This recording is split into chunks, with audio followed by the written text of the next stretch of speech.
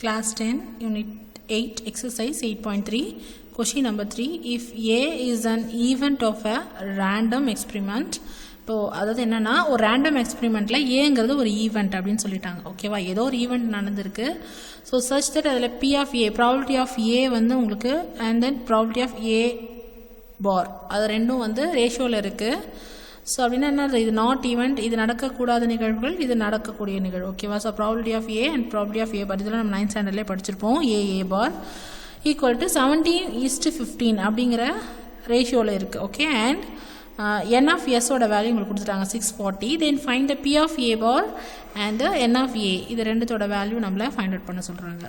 ஓகேவா, so first வந்து நம்ம ரேஷியோவில் இருக்கிறது எழுதிக்கலாம். ஸோ கிவன் எந்த ரேஷியோவில் இருக்குது, p of a is to p of a bar equal to 17:15 இருக்குது. ஓகேவா, ஸோ அப்போ டோட்டல் பார்ட்ஸ் வந்து பார்த்தீங்கன்னா இது ரெண்டுத்தையும் ஆட் பண்ணிங்கன்னா அதுதான் வந்து உங்களுக்கு டோட்டலாக கிடைக்கும். இப்போ ஃப்ராக்ஷன், இப்போ P of A மட்டும் எழுதணும் அப்படின்னா P of A ஓட ரேஷியோ வந்து 17, P of A பாரோட ரேஷியோ வந்து 15 அப்படிங்கிற ரேஷியோவில் இருக்குது. ஓகே, ஸோ இப்போ இது ரெண்டுத்தையும் டோட்டல் பண்ணிங்கன்னா உங்களுக்கு டினாமினேட்டர் கிடச்சிரும். அப்படி இல்லைனா நீங்கள் வந்து என்ன பண்ணலான்னா எக்ஸ் அப்படின்னு எடுத்துக்கலாம். ஓகேவா, ஸோ அப்போ P of அப்படி இல்லைனா கூட P of A equal to 17x அப்படின்னும் P of A bar equal to 15x அப்படின்னு எடுத்துக்கிட்டிங்கன்னா அப்படின்னா இப்போ வந்து பார்த்தீங்கன்னா உங்களுக்கு ஆல்ரெடி ஒரு ஃபார்முலா தெரியும். என்னது, P of ஏவையும் P of A பாரையும் ஆட் பண்ணிங்கன்னா உங்களுக்கு 1 கிடைக்கும். ஓகேவா, ஸோ அப்போது இது வந்து ஒரு ஃபார்முலா. ஸோ இந்த ஃபார்முலா வச்சு நம்ம எக்ஸ் வேல்யூ ஃபைண்ட் அவுட் பண்ணிக்கலாம். ஓகேவா, ஸோ இப்போ P of A equal to 17x, P of A bar equal to 15x equal to 1, இது ரெண்டுத்தையும் ஆட் பண்ணிங்கன்னா 32xன்னு கிடைக்கும். So X equal to 1/32. So இப்போ நமக்கு P of A ஓட வேல்யூ வேணும் அப்படின்னா P of A equal to 17x இல்லையா. ஸோ இப்போ எக்ஸ் வேல்யூ சப்ஸ்டியூட் பண்ணுங்கள், 1/32 சப்ஸ்டியூட் பண்ணிங்கன்னா உங்களுக்கு என்ன கிடைக்கும், 17 × 1 17, ஸோ 17/32 கிடைக்கும்.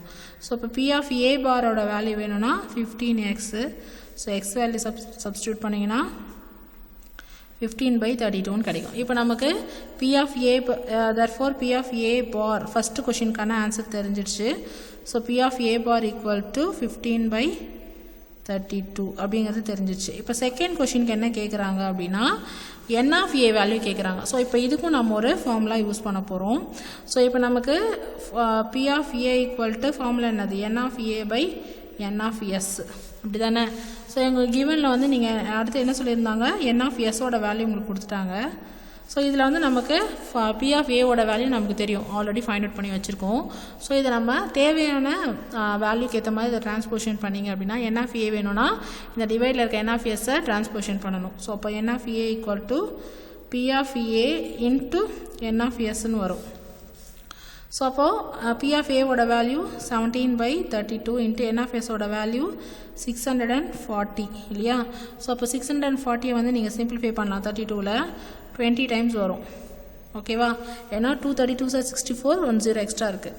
ஸோ அப்போ 17 20 நீங்கள் மல்டிப்ளை பண்ணிங்கன்னா 7 2 சார் 14, கேரி 1 340 கிடைக்கும். அப்போ n of A equal to 340.